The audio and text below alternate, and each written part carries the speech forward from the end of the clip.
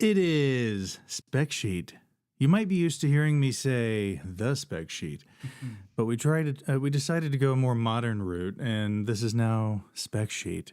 And it's also typed in entirely lowercase. I just wanted to make that clear as well. There are no capitalizations occurring here. Well, actually, remember, that's though, not true. I made that up. On July 12th, you are allowed to use a capital S on the second words on sheet, but please don't ever do that on spec. It only works in Firefub, though. That's true. If you do it in any other browser, just forget about it. We had some inquiries, by the way, on the live stream that we did the other day on my personal channel about Firefub, but we never really got around to discussing it very much.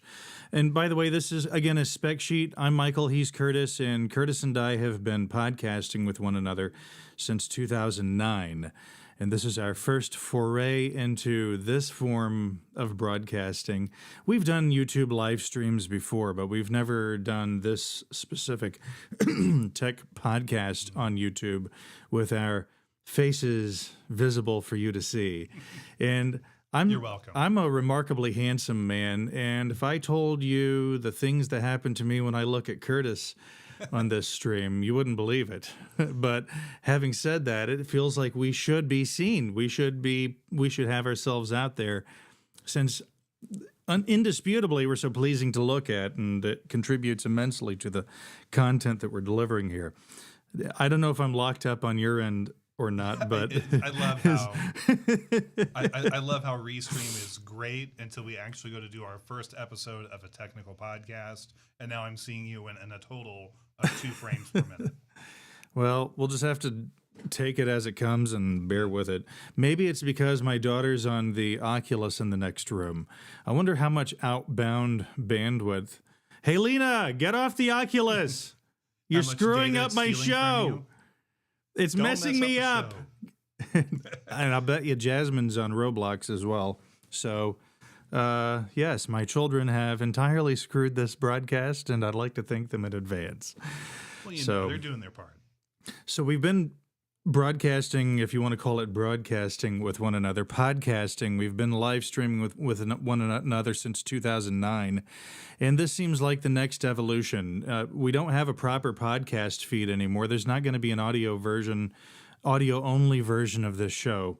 The main reason being there are too many ways to either just listen to this with your screen turned off, either if you're a YouTube Premium subscriber, or I think Rumble now allows everyone to listen with their screen turned off without paying a dime.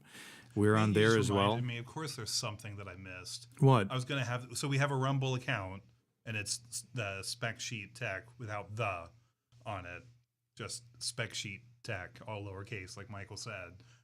Subscribe now. But I meant to have this going live to that too, which would have been our first test. We were just going to do it live, but I didn't do it. I forgot completely about it. I was so focused on making sure you could see my background that I didn't even get it set up. But do follow us on there as well. Federal agent says my eyes are so gentle and heartless. Well, I don't know about the heartless part.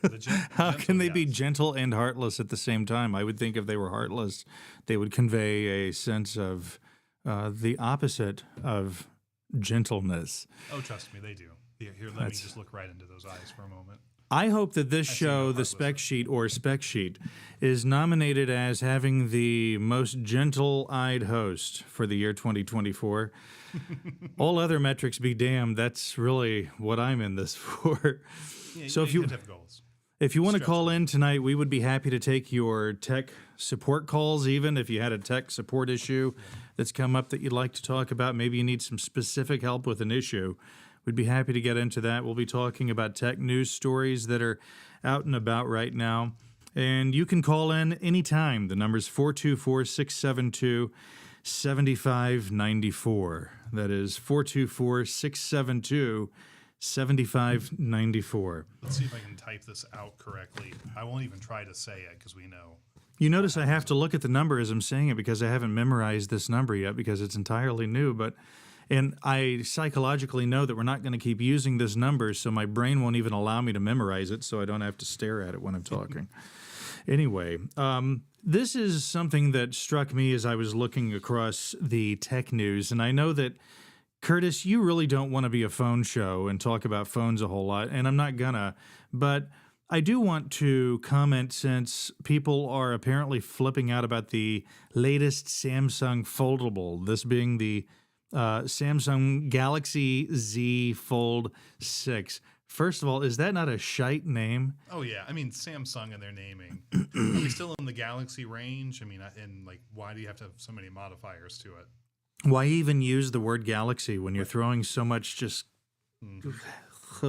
all around the perimeter of it? But the point is, I have recently encountered for the first time people walking around with flip phones, modern incarnations of flip phones. So you have an entire LCD display taking up an entire single surface, but it folds in the middle.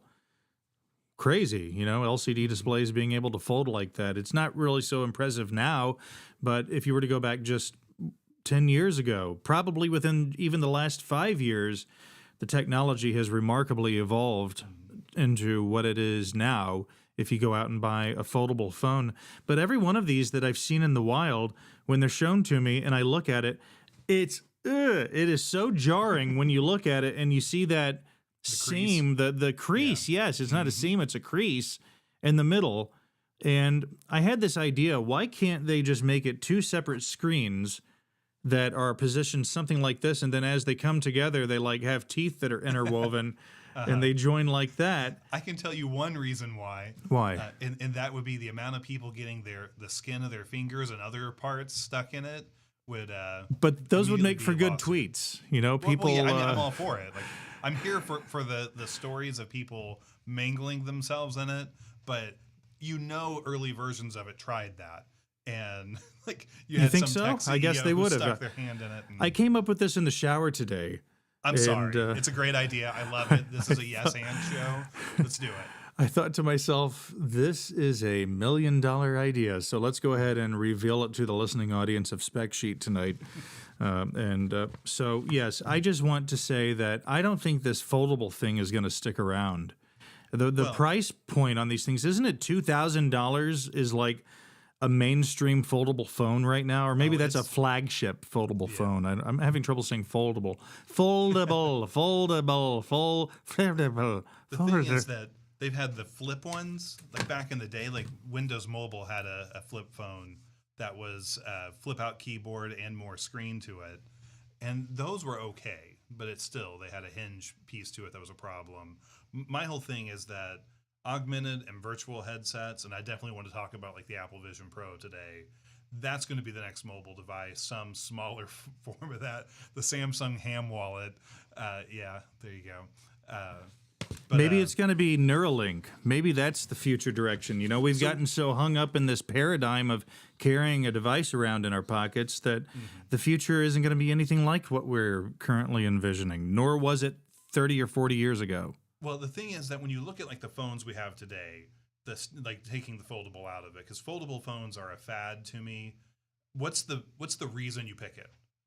Like why do you pick? Because I want my phone to fold. Right, because I want everything that I look because at on I'm my phone, nostalgic for 2004. I want shadows on the center of anything I watch full on it. Because like no content is made in the screen resolution to show in full screen. And that's the only thing I would want is full screen for it, or the ability to be able to like remotely connect. Like thinking about like Samsung, I do like decks. I wish they would really get decks fully decked out and have a true like Linux instance running inside it when you go to decks, because that would make the foldable interesting. If I could remote into or have like a full Linux experience on one side of it and then have my Android phone and apps on the other, maybe I'd be interested in it. But going back to like the phones of today are an evolution of what we thought we would see, 15, 20 years ago. And when you think about what's going to happen next, it's going to be an evolution, but I think it's evolution towards augmented / virtual reality. It's not more screens and foldable screens that go in your pocket. I mean, look at tablets. How often do you think about the latest iPad or Samsung Galaxy Tab, whatever, or the Google tablet that they just came out with that has the hub to it a few months ago? These things are like, once again, devices. Like no one is excited about any tablet that comes out. Phones with a touch screen are going the same direction. There's going to come a point where we don't need them anymore. Speaking of augmented reality, Apple's new VR headset launched to a lukewarm reception. The launch event was mostly Apple employees. That's how excited people were about this. They actually had to pack the venue with Apple employees in order to get enough bags of water in there to make it look credible. And reviewers are panning the weight and the price. And I was looking also at a few reviews of this thing. And before it came out, it was my understanding that you were going to be able to put this thing on and effectively have a Mac at your disposal with gigantic monitors in front of you that you don't have to pay for now. And it's just but it's even cooler than that because you can do so much more in addition to it, and you can take it anywhere with you. And now I find out, first of all, you're only allowed one monitor when you're doing this, and the resolution is not like 4K or whatever people were thinking it would be. Is it? Like it's 4K screens. That's the thing. Okay, but I thought the resolution. The resolution of the window you're allowed to have, I don't think is. No, it's not. No, so that's the misinterpretation of it. So you're looking at high resolution displays right by your eyes. That's a big deal, and I'm excited for, because like same thing with the Quest or any of the other augmented devices. You're getting 1080p at the best is what the screen you're looking at, that tiny screen. At least Apple did a really good job when it came to the display you're looking at, but the software limits it. The thing that drives me crazy is, again, going back to the iPad, like first off, I saw a really good review that I should be able to credit, but I can't, that says when they bring up the fact that the Vision Pro is another category of device from phone, tablet, and desktop Mac OS, that's the first sign that they're going to screw this thing up somewhere. Because now you have Vision OS, a separate operating system that's inspired by iPad OS. So this thing has no chance of being a Mac. It's also not an iPad. Developers, the apps they built for the other platforms of Apple, they have to reconfigure to work and then get approved into the Vision OS store. So Apple went and did exactly what you'd expect them to when it comes to the operating system that goes with it. This thing should have had Mac OS on it. It's running like it's running an M2 chip with an R1 for helping manage the data side of it for being able to augment things. It has an M2 in it. Make this thing a Mac. Make it a Mac that has a layer of interface over it that augments your experience and gives you those screens. But then coming back to your point, once you're in there, that 4K screen that makes everything look crisp and clear that you're seeing, because like almost everyone who's used it is impressed by all the pass-through cameras. So you're seeing all the pass-through camera data in 4K, but the operating system over top of it is not 4K. It's, well, I don't know what the resolution is, but it's way less. It's also got a field of view that makes you feel like you're looking through binoculars almost. Well, that's the way I like to go. I mean if I'm going to wear a device on my face all day and look straight through it and augment my entire visual existence for many, many hours in a stretch, I like to know it's going to look like binoculars. Yes. So Casey Neistat did a review of it today. He released it a couple hours ago, and it's exactly what Apple didn't want out there. And it's him just walking through Times Square and just New York City in general, but he's wearing it as he's out hanging out. He like skateboards with it, goes on the subway with it. And when he goes on the subway, he's like this. And did they show his eyes being creepily regenerated for the external viewer to think they're looking at his eyes? No, he had the blurred version of it that just has like, I don't know, static on it, but it showed you exactly, like if you've used a Meta Quest or Oculus, and you watch someone else use it and you see that stumble confused thing. This guy's like walking through the streets of New York City with that look, and he's like all excited about things, but then as soon as he gets on the subway, reality hits him. And I wonder how this is going to be when you're on an airplane, because everyone talks about it as an exciting feature. The moment that the motion tracking realizes that you're moving, it stops all heads-up displays. Like it goes clear because it thinks you're moving, so it doesn't want you to trip into somebody. So he's sitting there on the subway, he's watching a video up on the screen, and then he sends a text message, and then suddenly the train or the subway starts to move, and all of it goes away and it says it can't track reality. The funny thing was that you saw the screen he had shoot across like backwards, like the momentum of the train moving. It left him, but he immediately is like, well, say I can't walk and use this thing. All you can do is use the pass-through feature. And what's going to happen when you're in a plane and it's going to have the momentum and movement of the plane? Is this thing going to let you watch a video or do work on it? Because everyone who talks about it says the number one use case for it is when you're in an airplane. Listen, I'm on my way to Paris. I'm going to land at de Gaulle in about 3 hours, but I want to talk to the captain. I'm having a little problem here. Every time I press play on Die Hard 2, the screen flies away from me at 500 miles per hour. I can't keep up with that. Come on. What can we do about that? I'm feeling nauseous. We need someone to stand up and say, that person's not real when they're using their headset trying to catch up with it. But and so when you do this phony monitor thing where it pretends you're using a Mac, you cannot use a Bluetooth mouse, bro. Did you know that? No, I didn't. You cannot use a Bluetooth mouse. It is explicitly not supported, although Apple does say you can use a Magic Trackpad, which I've seen those, and it looks like one of the most unusable things in the world to me. I mean, it totally would force me to relearn my method of interacting with a computer, which is not my hand or a mouse. That's what I thought you were going to say. I mean, I really like using a trackpad or the Magic Trackpad. Well, maybe it's great. Maybe I'm an idiot because I've never used it, and here I am sitting here panning it. But my point isn't whether it's good or bad. My point is they're selling a $3,500 device that you cannot use a mouse on. That's insanity to me. Yeah, I think that this goes back to the fact that they've created a new category where they didn't need to. They already created a new device. That's fine and cool. That the Vision Pro is. I'm happy to see it fail. I think Apple needs to be knocked down a couple of pegs. Well, I don't want it to fail because I want this to keep going. So, like, I think this is just. It'll keep going. I just want them to fail at it. I want to see Apple have a few failures. I feel like they've gotten too arrogant. I feel like they've gotten too powerful. I think they need to stumble a couple of times. I think their world needs to be put back into perspective, and I feel like they need to struggle a little bit more. They're not struggling. They're too comfortable. They're too fat and happy. Every phone they come out with looks like the last phone, runs like the last phone. If you go from one iPhone to the next, if there are not at least 3 generations of separation between them, the differences are minuscule. The similarities far exceed the differences from one version of these phones to the other.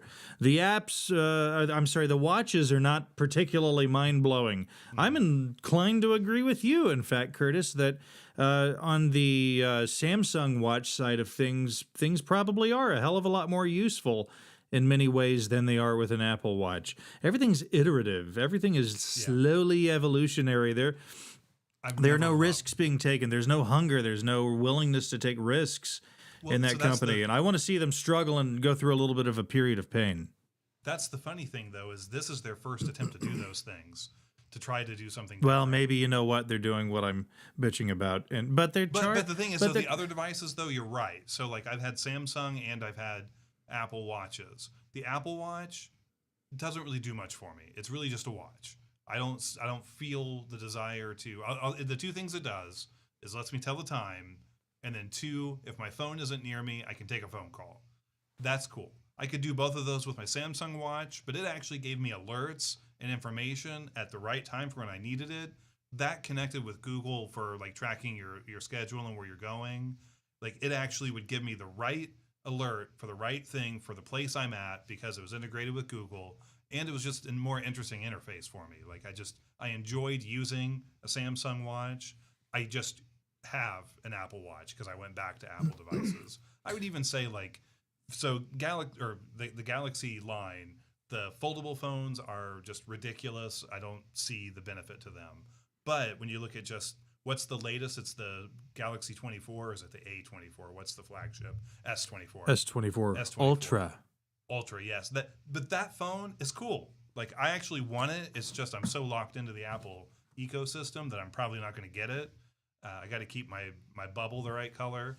So yeah, I'm probably that also. the one thing I do love about Apple is when you have kids using a phone, it's so much easier to control like the system for them when you're in Apple. So they probably Your won't get bubbles any- may stay green if you're texting somebody on an iPhone from an Android device, but coming soon, Apple is going to begin allowing, what is it, RCS? yeah. Yeah, RCS, which is Rich Chat Services. Is that right? Or system, something System, like that. Rich Chat something or other, Yeah. which it's a standard, it's a protocol, much like USB or Bluetooth or any other protocol gets invented and official specs are created. Well, RCS is a protocol for people being able to send high resolution photos and videos to one another over mobile devices without using SMS and MMS, which is the old system that was in use and is still in use for many you years and is believe that's currently still- in use. If an Android user engages in a text conversation with an iPhone user, it is by default forced into being an MMS SMS message. It's insecure, it's unencrypted. I think there is some modicum of encryption that's built into SMS, but it's so old. It's so simple, and it's merely an inconvenience. If someone wanted to be able to break it, it doesn't exist effectively. But it's just funny. On the one hand, Apple presenting and positioning themselves as this company that's hyper focused on security, while simultaneously all these years they've been allowing their users to communicate with a significant portion of the mobile device using world using an insecure text communications protocol, all because Apple wanted to protect the gravity that is associated with iMessage. They wanted to protect that walled garden. So now the EU is stepping in and starting to force Apple's hand in certain ways, one of which is interoperability of devices where text messaging is concerned. So Apple has decided they are going to preempt the mandate from the EU, which I don't think even comes into effect until like 2025. But Apple's decided, I guess, just to get ahead of it, and maybe that'll give them also time to iron out any problems before the mandate really does go into effect. But you're going to be able to send high-resolution photos and videos between Android phones and iPhones right in the native text messaging app. I think it's fabulous. And Gladys says the best laptops have Van Dieven Enterprise Limited Edition installed. Van Dieven Enterprise Van Dieven Edition. Enterprises OS Service Pack 2 personally, but that's just Service Pack 3, though, that's where we introduced a firewall. No, that was Service Pack 2. We Service Pack 2, introduced it actually became a real operating system at that point. It became slightly usable for people. But the point here is, I think the reason to own an iPhone is going to become diminished over the course of the next couple of years. And the first sign of that is going to be in the RCS implementation in iMessage. I'm still going to, if I'm using an Android phone, I'm going to have a green bubble if I talk to an iPhone user, but I don't really care because eventually that iPhone user is not going to care either once they see that I'm able to do all the things they can do, group chats. I think chat, that's going to really work. I mean, that's going to be the big thing for them. Once group chat isn't a screwed up experience, then the value goes away. And that part I kind of would like to see, because Apple, they should become a manufacturer of hardware because they have a great chip system. Go ahead. I'm just funny? thinking about that Van Dieven Enterprises comment. I think that was one of I the haven't best heard the term ideas that Van Dieven Enterprises in a while. Yeah, Van Dieven Enterprises. This is a Van Dieven Enterprises production. That's kind of an old gag. It's sort of like Fire Fub. If anybody's hearing this show for the first time, as I said, Curtis and I have been doing podcasting together for 15 years now, and we've gotten absolutely nowhere. Which is exactly where we want to be. I mean, really, I feel like that's where this anecdote should stop. Right there with what everything. There's really nothing more to say now. But I label this episode 1 because it's episode 1 of the new vision of being able to see us. It's the Vision Pro of podcasting. But for all these years, we've had this sort of gag about this imaginary browser that Curtis and I are developing for our users. called FireFub, and it's just this terrible web browser that does horrible things, such as, for instance, you can't visit websites that start with a vowel in the domain name on Tuesdays. Why would any browser manufacturer or developer allow their users to visit such a website on a Tuesday? So we've decided to go ahead and do away with that. There are numerous other arbitrary and capricious features and limitations. We call them features. The Propagandists rotating who want to password feature. attack our enterprise, our Van Dieven enterprises, they might call these bugs, but where I'm from, these are features. Where I'm from. Well, one of my favorite things that was at least recommended in the specs for the next release of it is the password rotating system. So every person who logs in, you're hashed a value that pulls all of your existing passwords, and every other person who has that exact same timestamp, and we're going by epoch time with this, everyone else who shares it, the passwords rotate around. So when you go to log into like Twitter or your bank account, anything else, the password and account that it works with might not be yours. So it's a way to really share the wealth for everyone and also keep things secure, because if you don't know whether or not the account you're logging into is actually going to work, you're going to be a lot more appreciative when you get logged into an account. And I do have a question. Is my camera flickering? Like, do I have like a 60 hertz like problem occurring here? Like, I can see it. Can you see it? It looks to me like maybe the white balance is...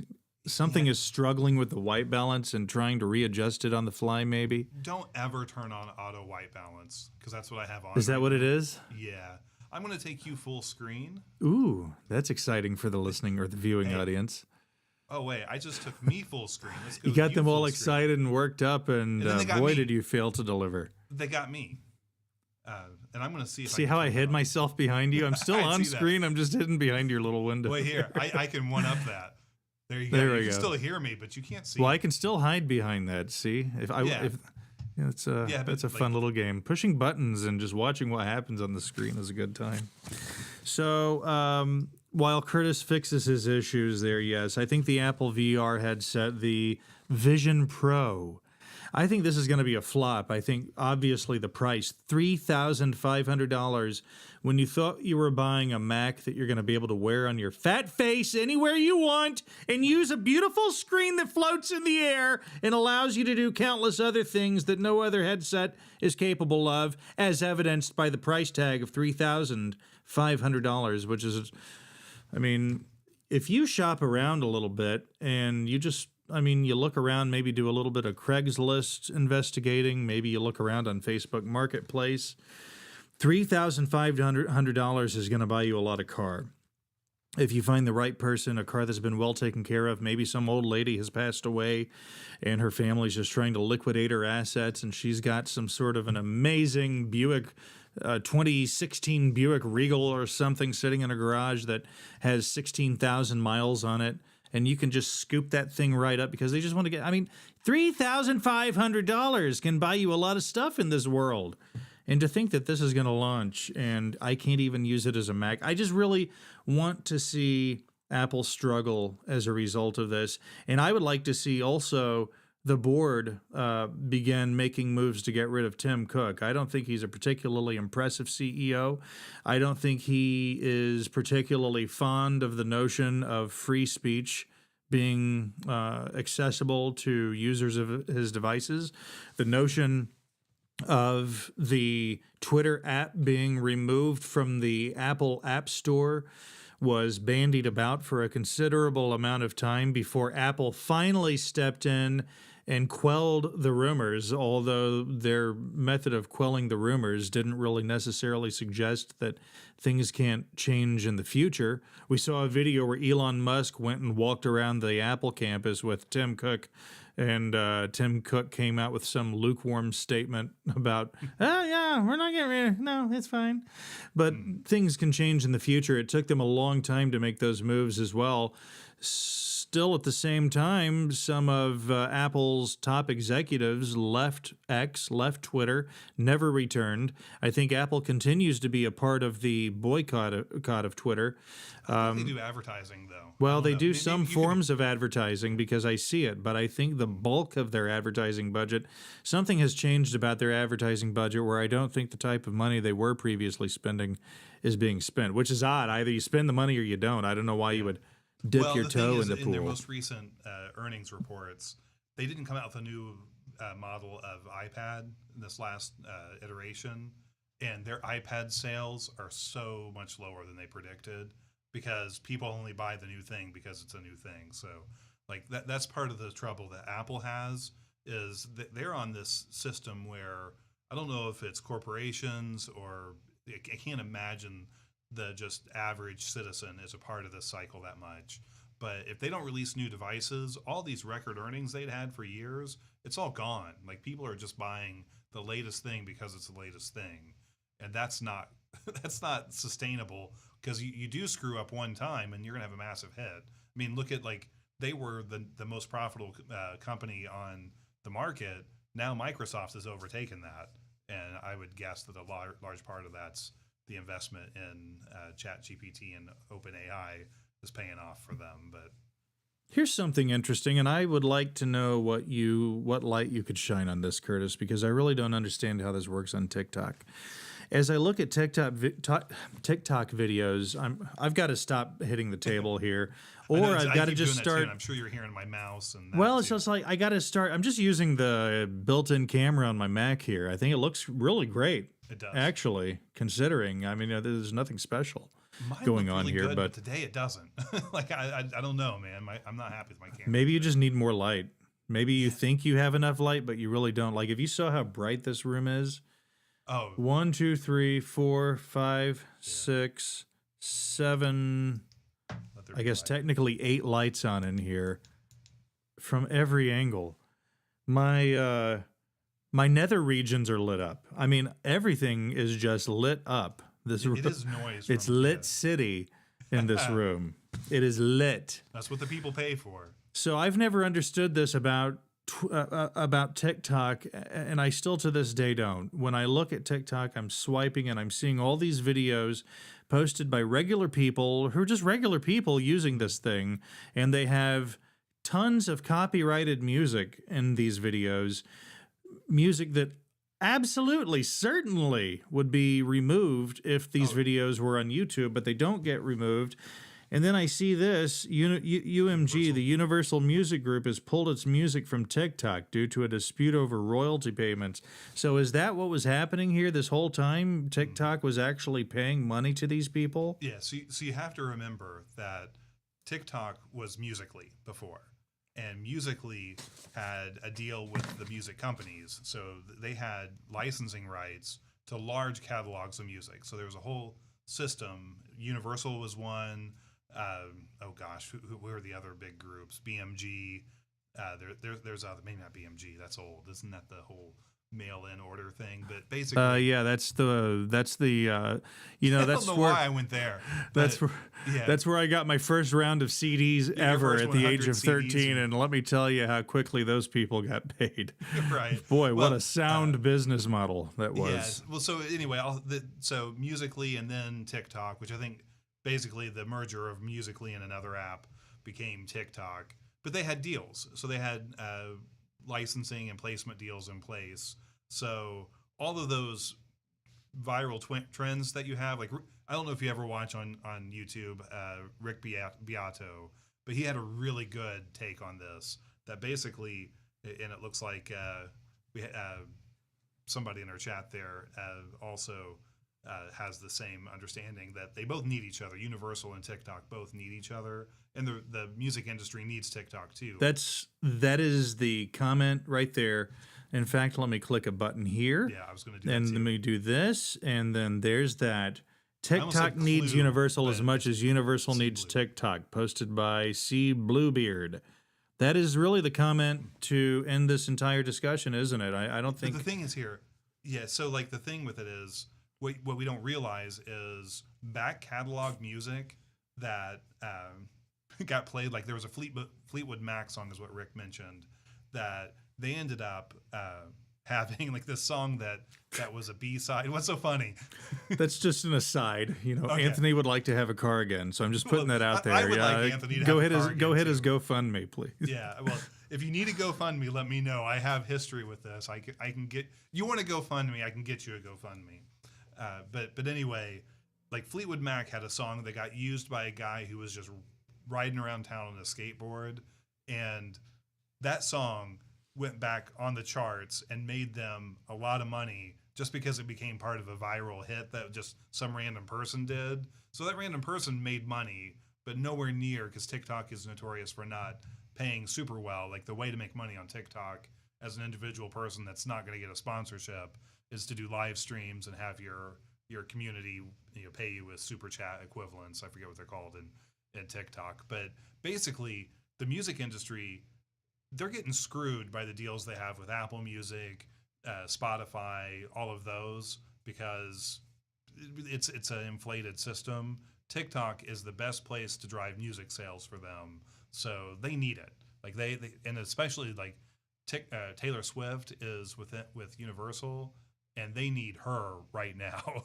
Like Taylor Swift stock, I call her Icarus right now, because like she's going to either prove me right or wrong on this. But there's like this point that you get with the public to where your star burns too bright or you get too close to the sun, using Icarus as my example.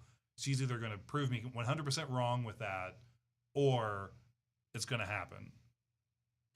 There's Jack Starr's shout out. I just want to make sure that this place remains flame free for the viewing audience, for everybody's safety. We need flame free shows being broadcast here. Well, I think we probably still live in an era when entities like UMG, Universal Music Group, really have not still yet realized how little relevance they have, other than the legal privileges that they have of owning various music property, intellectual property, owning various forms of media and being able to profit from them. But they don't carry the water that they once did, but they don't seem to realize it yet, even after the advent of the iPod and iTunes and the reshaping of the music industry that happened there, and even predating that, Napster and the shock to the system that represented to the music industry. And the industry had to start questioning a lot of things about itself when all of that occurred, and reevaluating what their way forward was going to be in this world. And we thought that, much like I would like to see Apple humbled today, we thought that the music industry had been properly humbled, and that they were going to reform themselves and reconstitute things to fit into this new world. And they haven't done shit, apparently. I mean, if you mean to tell me you're UMG and you can look at the juggernaut that is TikTok and say to yourself, oh no, our music doesn't have any business being played there. And you can suck on your cigar in your corner office and have a good day after making that decision. I'd like to see the guy. There's got to be a guy who made that decision to allow this to fall through. I'd like to see him. Well, their bonus check probably wasn't what they expected it to be, so then they just made a call. and they probably don't have an office anymore. They're probably working from home, because even Universal had to cut down on expenses. Think about all these big buildings they're just random thought, but with work from Stream home, of consciousness, go. Let's go. So like COVID, working from home is something that every company should do anyway, because it makes a lot of sense. It just saves a lot of trouble for everyone involved. But like music industry and just tech corporations, Twitter had this problem before Elon bought it too. But all these commercial buildings that are out there now that just don't have people in it.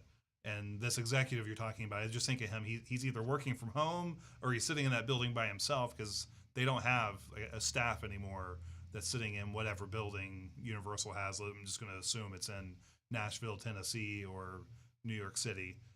And yeah, I just think that's an interesting thing to think about, what's going to happen at some point. Not that I'm going to give real estate or investing advice, but I would recommend probably thinking very strongly before investing in commercial real estate for the short term. We kind of talked about Neuralink. I guess we sort of... Well, I do want to go back to that. Yeah, I kind of do too. So Elon Musk's brain-machine interface company Neuralink announced that it successfully implanted its first device in a human patient. The implant is designed to allow people with paralysis to control devices with their thoughts. What do you think about that? Would you sign up if you thought it might help you, give you any kind of advantage? Which I get that the first group is. Well, right now, that's not really what they're talking about, is it? I mean, they're just talking about some guy who's shitting into a Quaker Oats container 3 times a day in a bed, being able to turn on his TV without having to call his wife into the room or something, you know? Hey, I mean that's a benefit I would take. Yeah, I mean, that's really what we're looking for right now. We've got some guy who can't make it through a job interview without pissing himself. So he's locked into his bedroom for the rest of his life, and he can't move. He can't do anything. He needs to be able to turn on a blow dryer. So we're going to make that. I mean, that's really what it is. It's for people who are immobile and need to be able to move stuff. But the implications are obvious. If we get to the point where that becomes doable, then there are no limitations in terms of the interface of bio computing and silicon-based computing, carbon-based and silicon-based computing can merge. They can become one, and the implications there are obvious. But I think, like a lot of technologies, the internet itself, everyone just had this vision of the future that this has to eventually come to some sort of a terrible culmination that's bad for society and bad for humanity. And I think anything new and revolutionary like that always has that initial, and that's the thing that's happening with Neuralink right now. But I think ultimately it'll be a really good thing for humanity. Well, I mean, it's just like augmented reality and smartphones. The thing is that smartphones have shown us like the realistic dark side to some of those, because we've offloaded a major part of our processing power to these devices.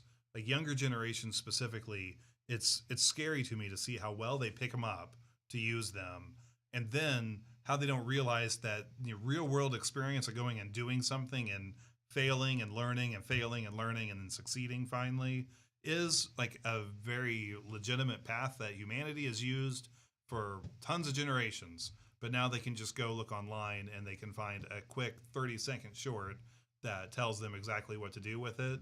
But wait, hold on. Metallica 1, they had a track. No, he's saying that like it could be the backing track for Neuralink, you know. Oh. Like as he said that. Oh, the song. That's the one that has the driving. Man, that video, that was messed up, man. I remember as a kid watching that. I'm just having visions of hearing that song while I'm watching video of Elon Musk walking down a hallway with a camera operator behind him, and he's pointing to various doors as the camera operator is walking behind Elon Musk in the hallway, and then Elon stops and points to a particular door and turns around and looks at the camera operator, and the camera operator continues walking toward Elon and then goes past Elon into the room that he pointed into, all while Metallica's One is playing, and we see some just gimped out human being lying in a bed with a giant portion of their head shaved off, which, by the way, the Just for Men reference in the chat room earlier, I can assure you this hairdo is entirely free. Look how much gray hair I have. You mean to tell me who has this much gray hair after Just for Men? That would be a very disappointing result. Look at this. Look at all that. I mean, I won't even take off the hat to show you the gray hair and white hair that I have. I would be the before picture on the... You can kind of see it pretty well there. See, that's the problem, though, with the light, because you are so well lit up that it just looks blondish. It doesn't look like gray or anything. I can't really... It mostly is blonde, let me just get but... really close. No, I don't see it. No. It all just looks lighter. It's interesting. I think this is what our podcast was for. This is what you get now that you didn't get in the original version of the show. This show is going to get an award at some point in 2024 for gentlest eyes and least dyed hair. And when you put a tech podcast together, I think those are the categories you envision yourself excelling in. I think it's a missed opportunity for every podcast that's gone before us, and it's time for us to blaze a trail. If this was like an Apple reveal, I would say, oh, and one more thing. Who's lying about Neuralink? Question. MV I would still assume has that abduct me in a mall quality to him. He never ages. What kind of van do you drive, and how many windows is it lacking? No, I'm the one who would be getting abducted because I'm so tussleable. Oh, okay. Because I'm gotcha. not aging. That's what I he was see. saying. Well, I just like to go to the dark side that you're the one who's going to the mall to abduct, but I get it. I see. Curtis, I don't really understand quantum computing. Intel recently announced, it's not that I don't understand it, I just haven't really looked into it that much because I feel like it's something that's so far into the future, just based on my cursory assessment of the situation, It's not, that I haven't really committed the time to Mm-hmm. dive into this. But just let me read this really quick blurb and then I'm going to let you launch here. Intel recently announced a 12-qubit quantum dot silicon chip that opens the door to next generation computing. This technology could lead to quantum computers that are compact and efficient. This breakthrough could pave the way for mass production of quantum computers in the future. Okay, so I've heard quantum computing explained previously, but it just hasn't really burned into my brain yet what it is. So is this news something to be excited about? It's so I'm going to put this in the same category, but not as ridiculous as fusion, because you've heard lots of things about big leaps in fusion, AI. The Neuralink thing we just talked about too would also fit into it. So quantum computing is an inevitable situation we're going to have. The biggest issue with it right now is we don't build software to interface with what we have already well enough for quantum computing to really get the breakthrough in it, to make it like the day before quantum computing was real and the day after, because they'll be completely two different days. Like the world will not be the same once we actually have software that interfaces well and understands and can work with what a quantum CPU can do, because the amount of processing power for a quantum chip is orders of magnitude better than what any kind of chip we have today in what I'll call the digital/analog world we're in now. What's fundamentally different, though? I mean, is it using something other than transistors? Well, what it's doing is it's using quantum state for its processing. So we in the digital world, zeros and ones are what we have. So everything is either 0 and 1. The reality is that chip isn't in that state. It's just that's the state that it gets read in. So for every CPU cycle, for every thread, that only has one state that it's reading, 0 and 1. A quantum computer is reading all the states and storing data in it. So I think it's 8, but you said 12-bit, so maybe they've had an up even more. But basically, all the potential quantum states can be storing data. So instead of processing a 0 and 1 each cycle, it's processing many more states within that, storing data in it. So it's ridiculously more powerful. So like you take passwords, like the strongest password encryption we have today can be broken by a CPU running through that algorithm and trying different variations of it. It just might take it hundreds or 1,000 years to go through all the different combinations before it gets to it. A quantum computer, because it's processing in multiple states, can do that calculation infinitely faster. So what takes a traditional digital CPU that only has 2 states years and years and years to do, or to model whatever it is, a quantum computer is processing it in all those states at the same time and can get to that answer way quicker. It just processes through it that much faster. So it's not like there's magic to it. It's just, think about like an interstate that has 2 lanes going south and 2 lanes going north, and that actually just 1 lane both directions. So you're actually looking at like a state highway. That's the digital world we're in now. The quantum world is opening up that to hundreds of lanes both directions, and all of those could end up getting to that answer so much quicker, and they can error correct against each other. So each one of them is learning, and that's when you start to throw AI into it too, that it's actually building AI models at the same time. I'm not even going to try to go towards like actual intelligence, because that's a different, probably more philosophical question than technical question. But AI and the iterative understanding of like large language models and neural networks, that becomes so much smarter when it has the ability to obviously process faster with more lanes available to it, but each of those lanes are actually updating the model real time. It becomes so much better at asking questions, and answering questions. So that's the thing about quantum computers is that think about what happened when you went from a Pentium 4 to the first, like I would say when I jumped from a Pentium 4, I went over to the AMD Athlon series, and suddenly games that my slow computer couldn't deal with that Athlon was so much faster and better for less cost. That's what quantum computing does, is it changes the way we process things because it lowers the cost and the time it takes to do any task.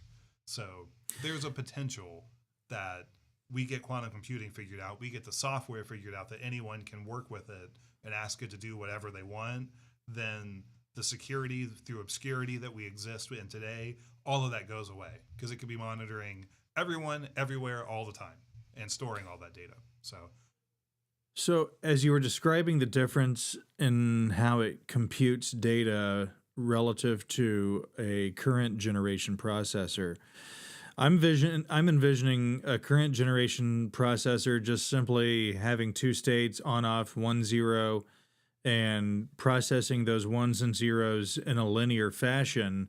Whereas you could think of maybe a quantum computing CPU as processing three-dimensionally in multiple directions at the same time instead of just linear, a stream of ones and zeros, but maybe shutting off this stream and capturing this stream for a moment and carrying on as it interrupts from one process to another, which they used to call interrupt requests. I don't think they really have interrupt requests anymore, do they? That, I mean, like the way still happening behind the scenes. It's just so quick. Like it's still happening, but isn't it like it's no longer? It doesn't it all happen the same way it did just like 20 years ago. I don't think.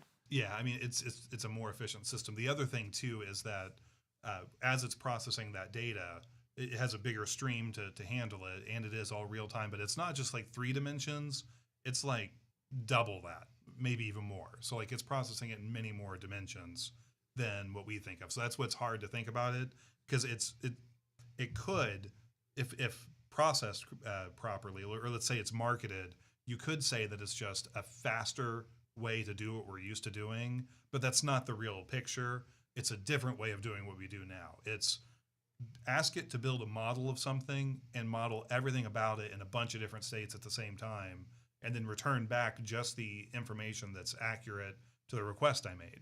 So I don't have to iterate through things nearly as quick. This thing is so much more powerful and sees the question I asked it, like in a programming scenario, so much easier than me in processing it that it gets my answer before. And that's where AI goes together with it, because it doesn't need AI, but we don't think to write programs in a way that are truly going to take advantage of it. We have a wetware limit to us in our brain to be able to really get to the point of writing software that's going to interface with a quantum computer in a way that is going to make it as beneficial. It would end up being just like the next M3, like say the M4 comes out and it's just faster and better. That's not the advantage of quantum computing. The advantage is that we've changed the way we write software to basically become a much more open-ended. And then think of like the Hitchhiker's Guide to the Universe, like Earth being created to be the equivalent of a quantum evolution computer, to where you're throwing out a bunch of different questions, actually a bunch of different answers. You're just waiting to find out what your question is. Well, I look forward to my first Dell quantum computer. There you go. I was actually hoping to get a Gateway one, but that's cool too. Only if it comes with the cow pattern on the box. Oh yeah, it will. Yeah. Do they still even exist, Gateway? I'm sure the brand is owned by somebody, but the brand is still out there. There's not a factory somewhere still pumping out Gateway. We're still at it. We're still selling these. Hey, if they're out there and they want to sponsor this show, we're open. I'm not saying it's going to happen, but you can definitely give us your best brief. People want computer towers with CD-ROMs still, and so we at Gateway are filling that void, and we're very happy to be a part of that. I would love to have a scenario where there's a Gateway computer with that box and it says Van Dieven Enterprises powered by FireFub. I can't talk. I think instead it would just have a Pentium 2 exclamation mark sticker on the side. You really want to get the buyer excited before they open the box. That's true. So Uber, I guess with quantum computer, after I kind of went through my spiel of what it is, what's your take on it, and what do you think happens next once it's announced we have like a good working quantum computer that we can interface with? I think things are going to burn. I think things are going to go very badly because if you think of how much of your day-to-day life is in some way governed by the ability to secure information. And once the ability to secure information no longer exists, power is no longer reliable, planes are no longer reliable, just every aspect of life that we depend on right now relies on security existing. It relies on encryption. And when you have a computer that in no way lives in the same paradigm as a computer does today currently, and it's able to, instead of taking thousands of years to solve a math problem that decrypts a piece of data, instead it's able to do it instantly as you press a button because it's an entirely different mechanism being used to do math. What does that mean? I mean, everything has to change. And will everything change in time before we as a society or as a civilization, as people, as human beings have access physically to this stuff? Or is security going to change before everybody has access to this? Or is everybody going to have access to this and then security has to catch up to it? And it never will in that scenario. So like, I don't know if Well, you're I mean, a fan catch up with it, not in terms of making the math more difficult, but in terms of but, like, security society being being something able to- completely new. Yeah. So, like, are you a fan of Dune at all? Have you read the books or? No. Okay. So, one of the things I love the most about Dune is they talk about a world that's already existed through what we're going through right now. What our version of AI is and what quantum computers will be. And they have this thing called they reference it to explain why the world you're entering in is the way it is, but it's called the Butlerian Jihad, and it's the scenario where there was a point when humanity kind of gave over control of their day-to-day existence to computers and thinking machines and basically AI, but the truth was that it was really just a few people in power were controlling what everyone thought was this very powerful AI, and they were using it to profit and crush the rest of the galactic civilization. And so they rebelled against the people who are in power and then banned what they call thinking machines or anything that's modeled after a human mind.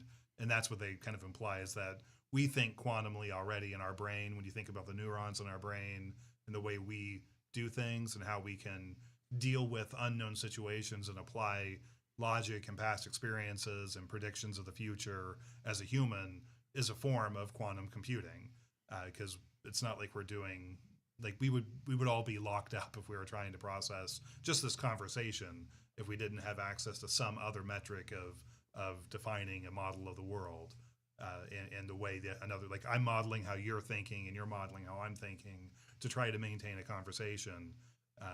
Our CPU doesn't work at that level. There's something else happening. So they banned anything working like that. And I think that's what we get to. Like, I don't think society, society, security, freedom, all of those things don't exist in a world where all the information is available at all the time. And that there is no level of hiding behind technology and the numbers of how many people who are on it. When all of those don't exist anymore, it's a world where we can't keep up with it. And then, like someone mentioned in the chat, the singularity. That's kind of the key to the singularity. Is once you have quantum computing and AI that can interface with quantum computing, we have no way to predict what happens next. But what happens next isn't there's probably no way to build in the ethics, and people at OpenAI and arguing against it have brought this up too. Like before we're writing like real AI, and I don't think conscious AI will ever exist. We'll have models of what consciousness is that will exist, and they'll be just like individual entities, but they're programmed entities still. But if you don't write ethics into that first, it has no reason to interact with humanity in a way that benefits humanity long term.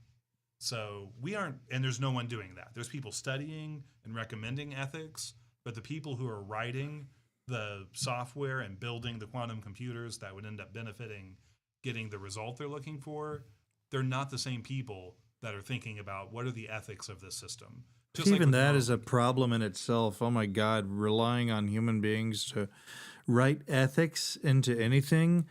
I mean, your ethics professor, you got to watch them, or next thing you know, you reach back and your wallet is gone. I mean, there is no You say this ethics from in. experience? I mean, there is no ethics in humanity, and Well, yeah, I that's see true it too. everywhere I look. I mean, we live in times when one half of the country wants to kill the other half of the country, or at least lock that half of the country up in prison.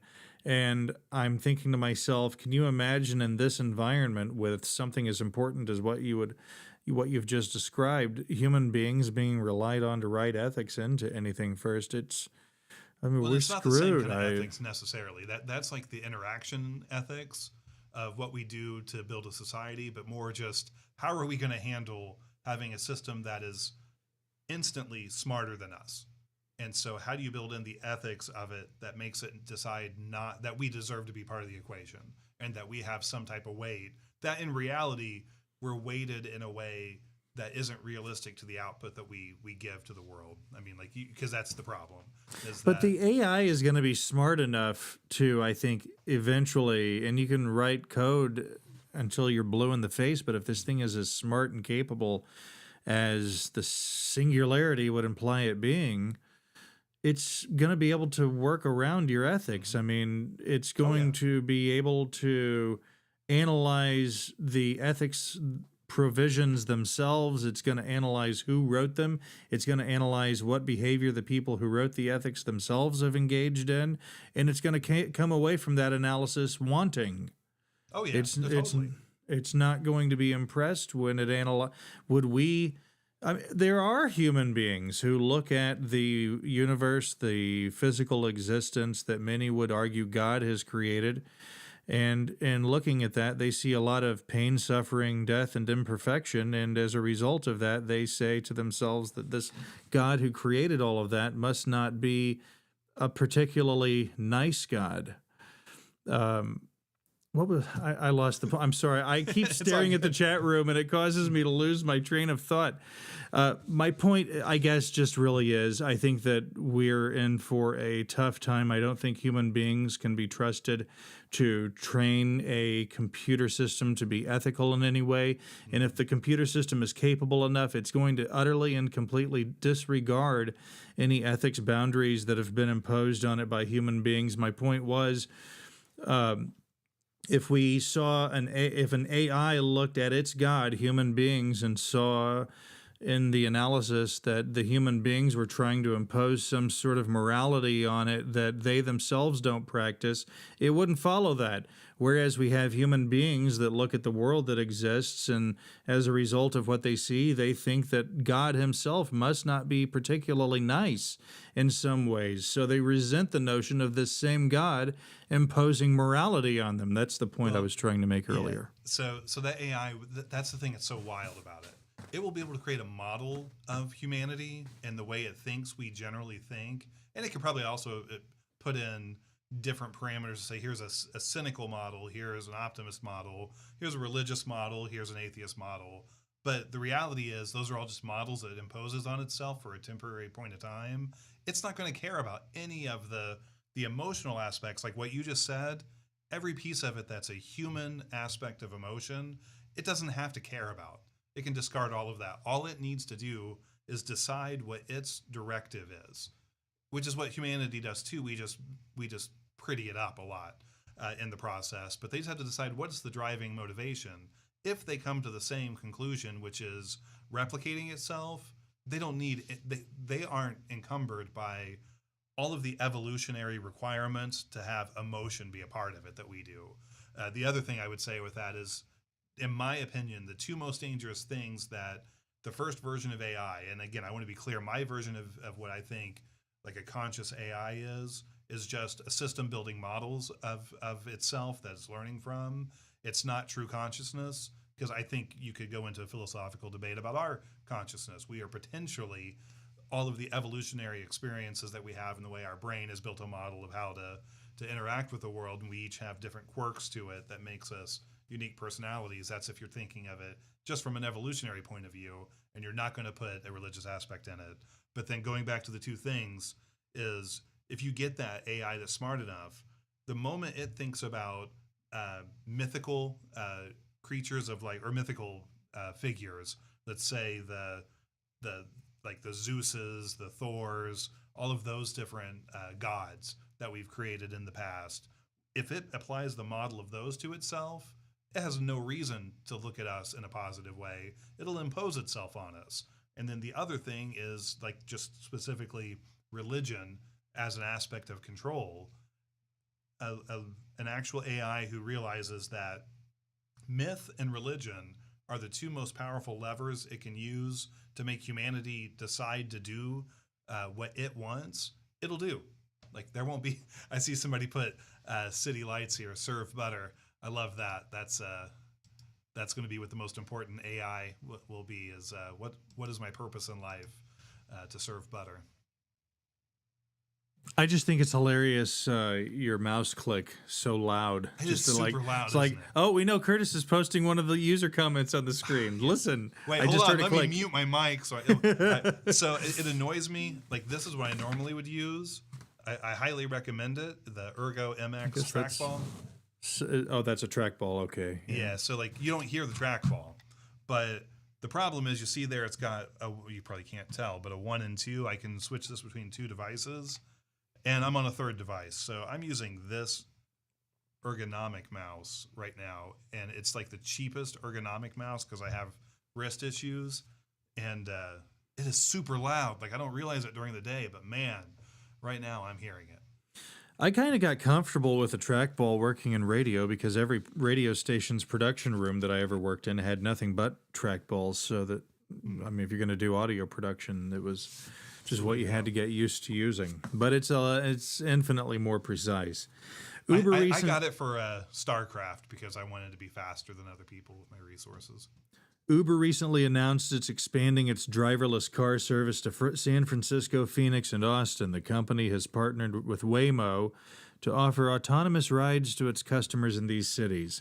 Waymo is Google's driverless car thing. I've been watching videos of this on YouTube, particularly videos of Waymo in action in Las Vegas, and it is amazing to me how well this thing does. I think Tesla ought to be a little bit embarrassed. I mean, they still require their drivers to put their hands on the GD steering wheel every 60 seconds in order for the driverless features to Vision Pro with driver, like letting the car drive for itself. Which Really? Is dumb.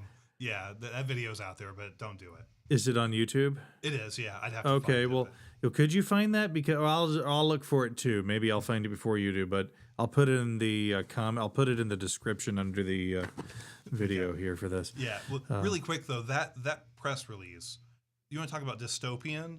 The idea that we have driverless cars and people who want to order their food to be delivered by a car, like, that's the first way we find to use it. So Elon Musk he's just now putting Neuralink in the first person to try to really prove that it can do what the premise is for it. And we're so far away from actually seeing results. But Uber and Waymo are going to deliver your food with AI and driverless cars. That's What's wrong with that? You sound so incensed at the notion of food showing up at your doorstep by a car without your food being half eaten by the time it gets to you. Well, that's another problem. And without a loogie being hawked into your drink because the driver's pissed off that you didn't tip well enough. Let me just say this. So, like, I've been around the food industry from a technology point of view, and anyone who's worked in food service already knows the stories that I know worse.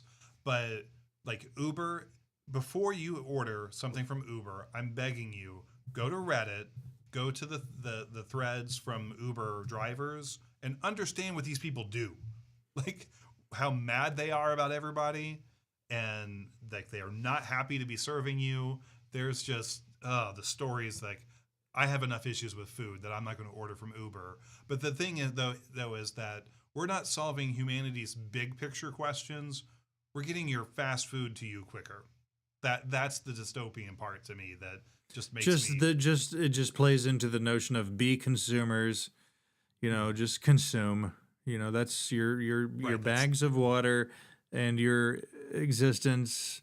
It You're here for the purpose of enriching some multinational corporate interest, nothing more. And so, be a good bag of water. Stay home. You don't need to go out anywhere. Just shut up. Shut up. Keep the hole in your face shut. We're gonna send a nice car over there. Maybe it'll be a Sonata. We'll it send a doesn't even be a Hyundai nice car Sonata. anymore. Like just And it's going to have a bag of food in the back. You're going to walk outside and you're going to get that bag of food out of that car. And you're going to shut your face and you're going to go inside and eat it and have you keep your seen mouth the- shut. Is that essentially the overall impression yeah. you have of Yeah, this? yeah, you kind of nailed it there for me. But like, so I live right by a university, and one of the things this university has done is they partnered with a company that does robots for delivering food. So like, I'm driving like through my neighborhood and right by the campus, and there's all these little robots driving that are so smart that they know where to stop at stop lights, where crosswalks are, whether or not I'm going at a speed that they can cross the crosswalk in time, and they're delivering everything you can imagine to it. And it's impressive, but it's just so sad that that's what we're doing. Like same thing with space, and I won't go all the way I through. don't it, but, know. like, look at what we're doing I with don't have space. sad as like when I see a car driving around without a human being behind the wheel and it's able to do this reliably. And the only problems they've had with this thing is that sometimes it inexplicably stops in the middle of the road. I don't know. It's just the It sees reaction I'm flashing having lights to and it this is stops. not that it makes me sad and I It feel does bad me. for our society. I don't know. I mean, maybe you're looking too deeply into it. People just want people to be able to ride around in cars. Shit. Yeah, but like, I don't know. It's I mean, it just might not gets to be me. so bad as you think. I mean, well, but the thing is though that might become the cap. That's the problem. Is that we might not get to the next step, or if we do, not enough people will actually get to benefit. Like that, if that's all we get out of driverless cars is food delivery services, that's just so frustrating. Like when I'm 60 years old, if I'm still having an Uber deliver me my food, my medicine, my whatever else that I need to get by, I'm gonna be so sad because I want, like from the Jetsons, I can't think of what her name is now, but that robot that lives with me that is like, the next step. Like, but we won't get it because McDonald's doesn't. her name wanna was Spunt. was it? Now, are you serious though? Spunt. Well, that's what I want though. I need a robot in my house taking care of me, not driving the car. And I don't want to get stuck at driving the car. And I'm worried that we might never get to Mars because McDonald's wants to open up a coffee shop and they're only going to invest their money in robotic delivery vehicles. So we've really reached a point where, and Curtis knew we were going to get there. We've reached this point where the world its days are numbered, and it's evidenced by this driverless car thing. It is. So I think we've got a caller here, and hopefully the call importation process has worked correctly tonight. Hi, you're on the air. Hello. It's still doing it. Hello, MD. Oh wait, no, that was Curtis doing that. Hi, you're on. You just pissed me off and scared me, and then I got happy again, all within 2.6 seconds. That's me with Uber and driverless vehicles. Go ahead, caller. Go ahead. Hi, MV. I'm having a problem with my device. Ooh, which one? Is it the solid state? Seriously, one? I have a question for both of you. Yeah. Actually, it is a solid state. Listen, I have a late 2014. It was like a flagship iMac 27-inch Retina display. I bought it for home recording years ago. And can you hear me? Yes. Yeah, I'm happy to tell you that is now worth Oh, okay. $27. Are you just shocked Yeah, we're not exactly. like Here's- incessantly talking over you? That's why you wanted to know if we could hear you. Go ahead. Exactly. You're a great host. Anyways, Thank you. I spent like $3,000 on this thing, and back then Apple made this stupid hard drive. It was like it was a hybrid Yeah. solid hard drive. It was like solid state and floppy. Anyways, I tore that thing out. I put a solid state in. But this thing, because I've worked oil and gas for so many years, it sat around as a very expensive paperweight. And I can now not update any of the drivers. Like there's no security. I can't even check my email. So I had my car towed because my car broke down, and I guess this tow truck driver was kind of geeky. He's like, no, dude, you can go to like Linux.net and different places, and you can. I don't know if it was like a virtual patch or. I guess my longhand question here is there a way to get this thing updatable that I can do, or that I can take it to like a dude and pay him like, here's $300. Can you please get this thing compatible where I can still use it with new So let me give you my software? quick answer, and then Curtis is going to give you probably an infinitely more detailed answer. Yes, you can get it. You can get it to use whatever the latest version of Mac OS is that will run on Intel hardware. Excellent. But there is a process to that, and it's a process that might not be dissimilar to the process of setting up a Hackintosh, which is a PC that has been re-engineered, I guess you could say, to run Mac OS, which is there's a very popular community of people out there doing that. But I might be wrong about that. It might not at all be comparable to that process, but I would expect it to be. Yeah, so there's a piece of it that ties into it because it's the EFI bootloader that's the key. So you have two different things you can do. One is on another computer with a USB drive. If you go and look and see your model of computer, what's the latest OS you can run, then you can download on that computer the operating system, the installer for it, and then just reinstall. Like, don't try to do an in-place update with your operating system because it's going to suck. But just reinstall the operating system on what the latest one is. That's the simple answer. Wait a minute, Curtis. You saying that the OS is not going to complain about the hardware it sees itself being installed on? Well, as long as you get the latest OS that can use. So, like, well, that's the caveat. He doesn't want the latest that it can use. He wants the latest that's available for Intel hardware, which might cut him off, couldn't it? Yeah, it could. So that's where the next answer. So, like, I would say get it to the latest supported OS and patch they can use, and do that from just a fresh install from a USB drive, because any other way is going to be a pain. But then the other option, because you mentioned Linux, is if you search for Clover EFI bootloader, that should fit in your world of Mac. You can install that, and from it, you can install all kinds of operating systems. It basically opens up your hard drive and the boot for it, and it gets in between the motherboard's boot process, and it stores on a hard drive or a flash drive a bootloader that can let you install Linux on it, Windows on it, or Mac OS versions that you want. And then with that bootloader, you can go to any of them you want. I will be running Pro Tools. Yeah, if you want to run Pro Tools. So I will be running. You almost said that in a threatening way just now. You're like, I will be running Pro Tools. You bitches. You got to go. This is an Adobe shop only, so you're going to have to go. Look, I'm just putting this out there now. Pro Tools is going to be on there, and if anyone's got a problem, come at me. So what do you want to let me know? Look, the problem is I should be able to walk into. Go ahead. I should be able to walk into like any computer geek's office and be like, basically what I just asked you guys. Be like, can you do this for me? How much would it cost? Right? Maybe. The thing is that if they don't work with Mac, you want to be working with someone who works with Macs. Because if you don't, the person is going to have to embark upon a research project to accomplish your goal, and they're probably going to charge you confiscatory amounts of money. Yeah, I would recommend going to the website. Well, maybe I can just go to Micro Center.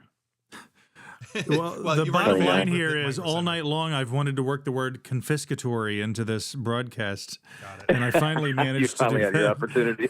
I'm glad that's the only reason I'm happy you called. Otherwise, I've got no use for this call. I really. Why don't I have my clapping here? Unfortunately, to say for that, but yeah, so you go to Micro Center, and there might be that one guy who's working who knows what we're talking about.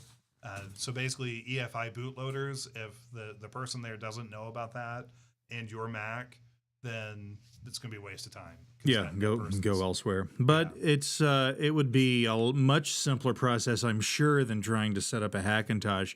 Before I bought this Mac, I really looked hard into that. And the other thing about the Hackintosh community is that by design they're going to be eliminated at some point, because eventually we're going to reach a state where, because these people, they're only able to do this Hackintosh thing with the version of Mac OS that runs on Intel That's not on true. Intel hard. Oh, really? So yeah, back in the day when it was, You know what? You guys take care. It's been real. Have a good night. Yeah, I will stop talking. Hey, wait, hold on. Let me do this in Morse code. I just gotta play with these buttons. I thought you were gonna do Yeah, I realized it doesn't have the quick release that I need for it. Look that up, by the way. Yeah. Well, don't worry. It's already been translated in the chat for it. So it'll be there for everybody to understand. But so back with the old, what were they called? PowerPCs. The PowerPC chipset is when Hackintosh first started. And basically they had an emulation layer that could work with it. That's when I first started to get into Hackintosh. And then Apple switched to Intel, and what used to be hard became a lot easier. And so the Hackintosh community exploded from that point. And it's already with the world of M1 and ARM chipsets. They're already working to see how they can keep that going. The irony is those that it's flipped. So they're working to see how they can continue installing the ARM version of Mac OS on non-Apple silicon, but Yeah, it's the still problem is- ARM SoCs. Yeah, so the problem right now is that any Intel or AMD chip is going to struggle to run the instruction set that ARM has. But it really, the whole nature of ARM is that it's an instruction set that's not the full system. So Apple has a bunch of extra things they're doing with ARM for efficiencies.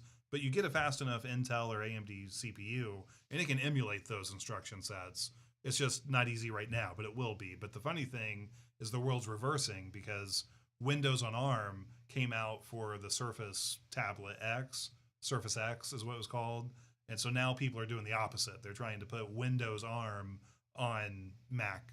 So like that community is bigger now than the other community of M1 or M people. Why bring Windows ARM to Mac? What do these people think they're going to do with it? Do they Better think? hardware. Like no one does hardware as well as Okay, but I mean, but better hardware so that you can run shit software on it. Have you ever They're not used going to be Dell? able to run x86 applications on this unless well, I there's mean- some sort of emulation going on, but that's going to be a crappy experience. Yeah, I mean the problem is that the M1 or the M system that Apple has is just so good. Like That's a Hackintosh problem. will go away. It's an issue. It's so good. It is. Well, that's the problem, is that no one has caught up. Like someone on the Windows side and Linux side needs to build an ARM instruction set and operating system together that are as good and as Okay. efficient. So anyway, is the caller still on the line? No, he's gone. I want to quickly blast through a couple of things. I'm just going to throw some. This is what we do at the end of the show. We've always got a stack of stories here. Curtis didn't contribute one story. I'm sure he's got a stack of shit sitting right in front of Vision himself. Pro, man. I went to talk all Vision Pro. Oh, Specs on it. Did you really? No. Oh, but we did go down the road you wanted to go down. Yeah, we're Okay, good. good. Okay. I need another hour. That's what I'm saying. Well, I mean, that's the problem. We won't have it. So I'm just going to, this is the lightning round. Tesla's recent quarterly sales have been making headlines. The company reported a record-breaking 484,000 deliveries in the fourth quarter of 2023. This growth has been largely driven by the Model Ys. So despite buying X and pissing off, apparently, a percentage of the population and everybody predicting the demise of Tesla because they can't get past Elon's politics, Tesla has surpassed all expectations and overcome any perception of obstacles or actual legitimate obstacles, apparently, that came about as a result of politicking. But what is going to happen when the influx of low-cost electric cars from China gets here? Because it's looming. I think Japan's getting ready to make something that's going to cost like $10,000, and it's going to be only what you need. Well, there's that, And then there's also the fact that Ford and General Motors have both backed away from their EV plans. How isn't it going to be federally mandated They in backed like away from 20? it. Yeah, I mean, They're just banking on that not actually happening because they know that if they don't comply with it, what is the federal government going to come and shut down an appendage of its automotive manufacturing industry? It's not going to do that. Well, the other thing, and we don't have to go into this, and I don't want to be like doom and gloom today, but our electric grid or our grid system is not ready to handle an all electric vehicle system. Like we got to see some serious infrastructure changes for our country. But Actually, yeah, you're right. I was talking to an electrician about that the other day, and he was going into everything that I would have to do in my home right now if I wanted to park an electric car in the driveway every night. Yeah, I was in my attic today doing some work, and I still have one circuit of knob and tube wiring in my house. So I'm not ready for an electric car. Okay, Wait, so have you Tesla. seen the video really quick of it? It's on Twitter, gone somewhat viral, of the lady who just goes to someone's house and uses their electric charger. Like that kind of stuff's going to grow. Like basically stealing electricity from that person. And the guy's super calm about it, but she says that she's a lawyer, or her husband's a lawyer, so he needs to back away from her. But that video just is an indicator of more to come. Let's take a quick peek here and see if we can't find that. Let me see, media. We'll go to media. Lady steel car charge. I don't know if put Tesla in it because it's a Tesla. Okay, that did nothing. We'll do Tesla steel. Tesla steel. How about that? Tell me. I'll just quickly scroll through. You don't see so that? far, no.